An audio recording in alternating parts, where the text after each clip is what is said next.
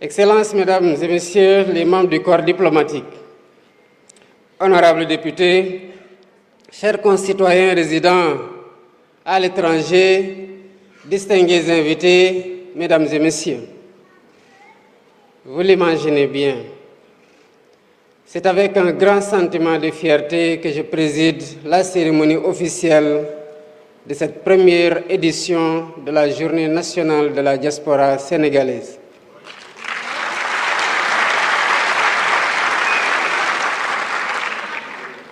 C'est une journée symbolique consacrée à celles et ceux qui, tout en vivant hors de nos frontières, restent profondément ancrés dans la vie, l'histoire et le devenir de notre nation. En effet, la diaspora sénégalaise, comme vous le savez, n'est pas une réalité marginale. Elle constitue une partie intégrante de la communauté nationale, une force vive, un pilier économique, un acteur culturel, scientifique et technique, une vitrine de notre sport. En un mot, vous êtes une extension dynamique de la nation sénégalaise à travers le monde. Chers Sénégalais de l'extérieur, en mon nom, la nation sénégalaise vous exprime son respect et son admiration.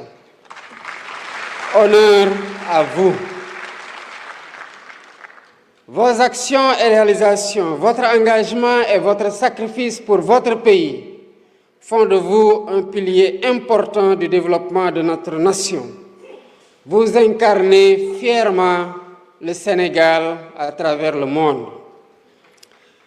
Par vos transferts financiers, vos investissements et votre expertise, vous êtes au cœur du dynamisme des secteurs clés de notre économie. Par ma voix, la nation tout entière vous exprime sa reconnaissance.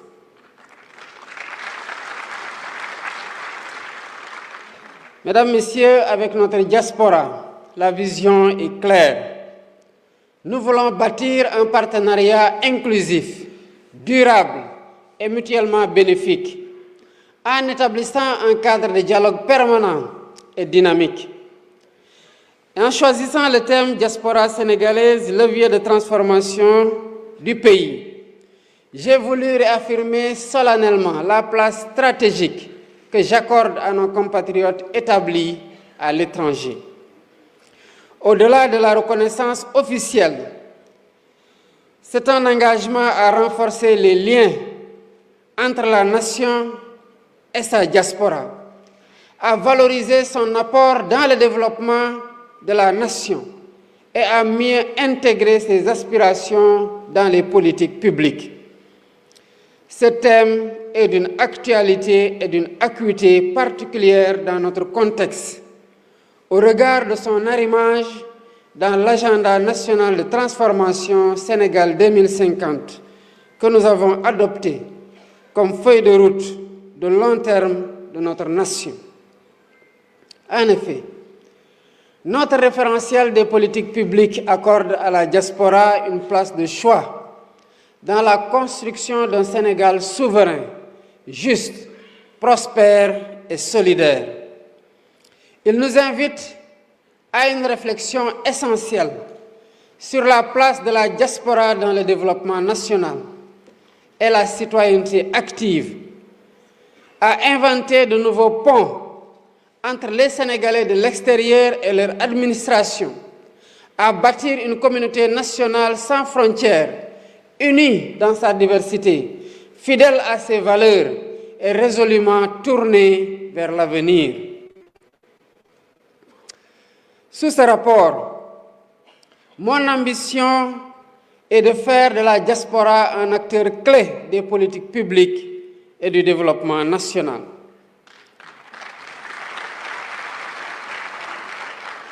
J'engage donc le gouvernement à renforcer le partenariat stratégique avec cette vaillante diaspora dans les domaines de la mobilisation des compétences et des talents, de la stimulation de l'investissement et de la diversification des financements qui lui sont destinés. J'ai conscience que ce travail sera complexe. Cependant, j'ai tout aussi conscience que sous la conduite de M. le Premier ministre, cet objectif sera largement atteint.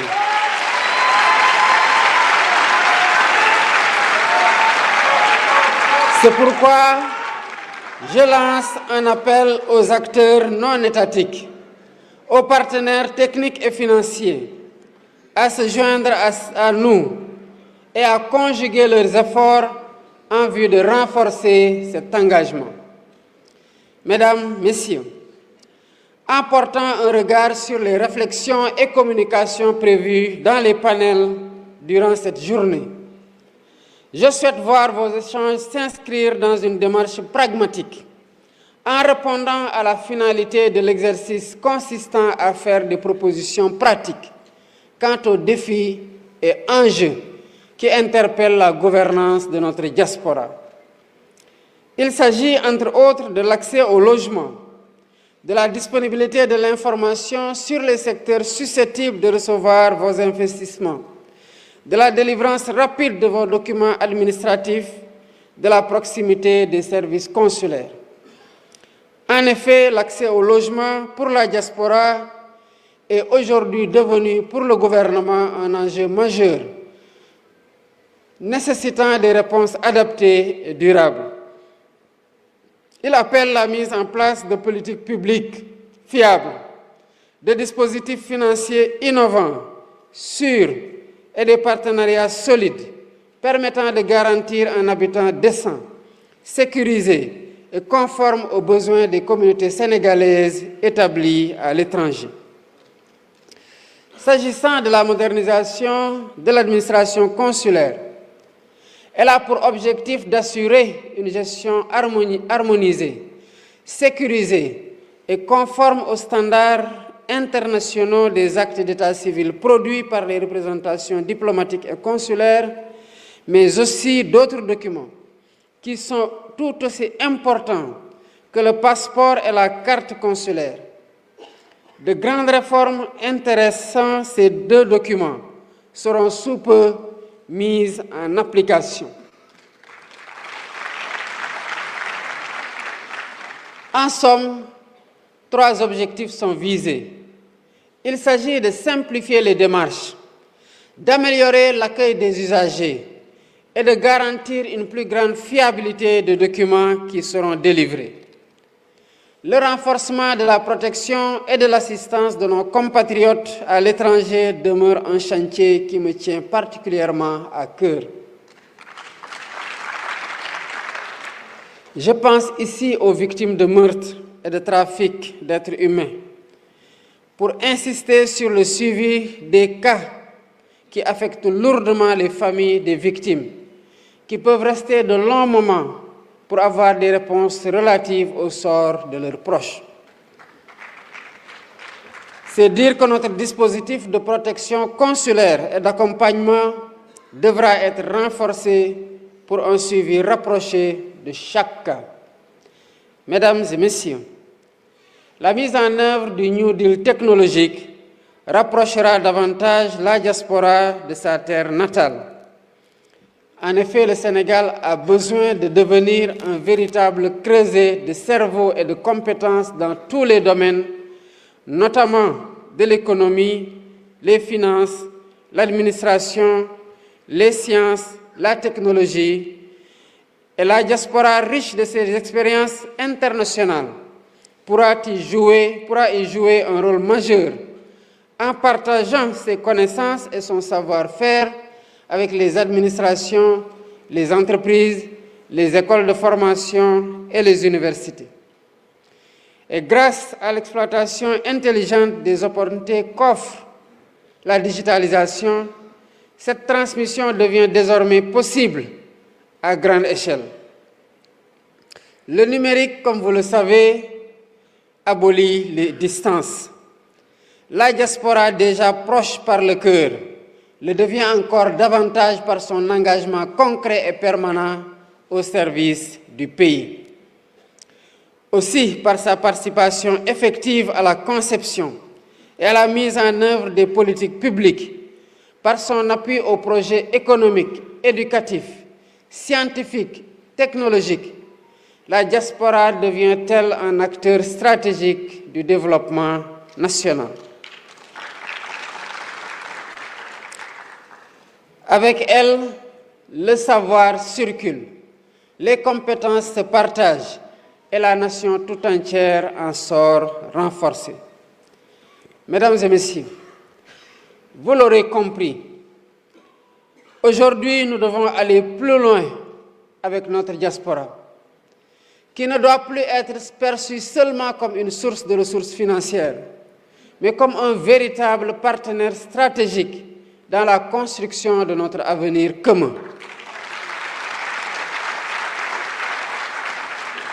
Et cela implique, de la part du gouvernement, une meilleure écoute, une représentation plus active dans les instances nationales et un accompagnement adapté à leurs réalités spécifiques. C'est tout le sens de l'orientation du programme spécial d'accompagnement et de promotion des Sénégalais de l'extérieur qui vient d'être lancé. À travers ce document, le Premier ministre, le ministre de l'Intégration africaine, des Affaires étrangères et des Sénégalais de l'extérieur et le secrétaire d'État chargé des Sénégalais de l'extérieur ont défini les priorités,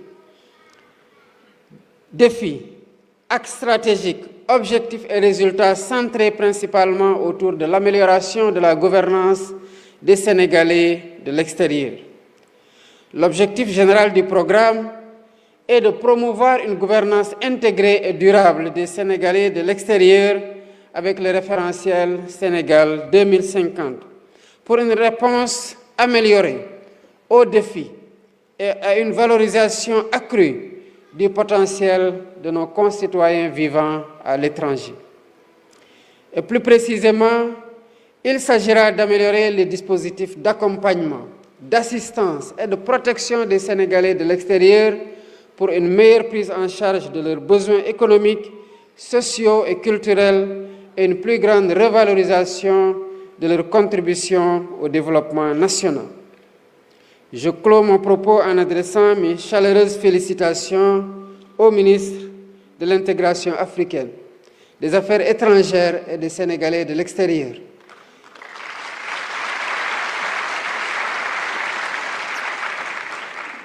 J'accorde une mention spéciale au secrétaire d'État chargé des Sénégalais de l'extérieur pour la qualité de l'organisation de cette première journée de la diaspora.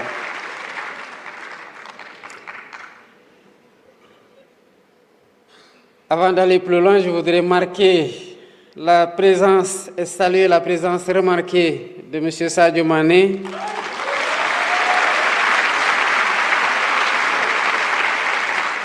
de M. Dembaba en cette veille de Coupe d'Afrique des Nations de football au Maroc.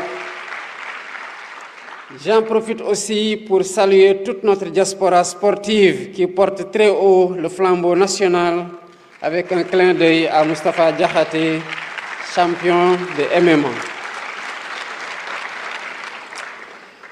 mbokk yi maa ngi leen di nuyu di leen wax mbégte gi ma am ci teew fii tey ci cérémonie officielle première édition de la journée nationale de la diaspora sénégalaise. journée bi nag nga xamante ne bu njëkk lañu koy def dañ ko def ngir sargal leen waaye tamit ngir